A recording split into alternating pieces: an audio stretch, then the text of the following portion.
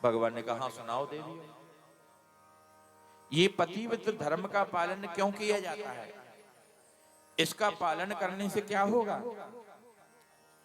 तब कहा देवियों, इस पतिव्रत धर्म का पालन करने से अंतःकरण शुद्ध होगा। फिर क्या होगा, अंतःकरण शुद्ध होने के बाद में भगवान की झांकी आपके अंतःकरण में प्रकट हो जाएगी। फिर क्या होगा, जो झांकी आपके अंतःकरण में प्रकट होगी वो सामने मिल जाएगी। ताली बजा कर कहने लगी, भगवान आपका मुख आपका न्याय,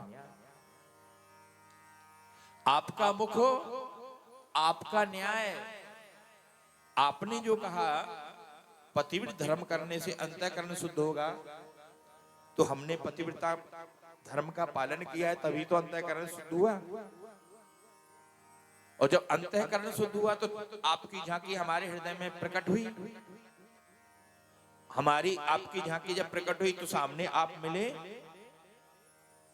हाँ देवियों। और दूसरा दृष्टांत दिया, एक पतिव्रता स्त्री का नियम है, अपने पति को भोजन पवाने के बाद ही पाती है। एक दिन उनको पति को किसी काम के लिए महीना 2 महीना के लिए परदेश जाना पड़ गया। नौकरी करता है, किसी नौकरी कंपनी के काम से बाहर जाना पड़ गया। अब वो पतिव्रता स्त्री एकदम से सोचती है, कहने लगी अब मेरे नियम का क्या होगा, क्योंकि वो पतिव्रता स्त्री अपने पति को भोजन पवाने के बाद ही पाती थी। अब उसका नियम क्या होगा। पति ने कहा देवी चिंता मत करो, हम तुमको मिट्टी की मूर्ति बना करके दे जाते हैं, तुम उनका भोग लगाना और भोग लगाने के बाद अपने नियम का पालन कर लेना। अब तो मिट्टी की मूर्ति बना दी पति की, पतिदेव चले गए। अब तो पत्नी रोजाना उसको भोग लगाती है और खुद पाती है। 1-2 महीने के बाद में वो पतिदेव काम करने के बाद लौट करके घर आए। आज वह पतिव्रता स्त्री अपने पतिदेव की पूजा कर रही है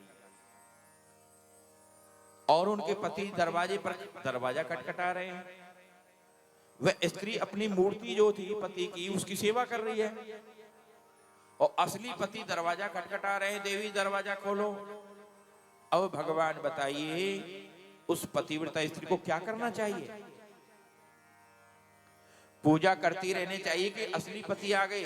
तो भगवान कहने लगा रही देवी इसमें सोचने की क्या बात है, जब उनके असली पति आ ही गए तो अब मिट्टी की मूर्ति की पूजा करने की क्या जरूरत है, उसको भाग करके दरवाजा खोलना चाहिए।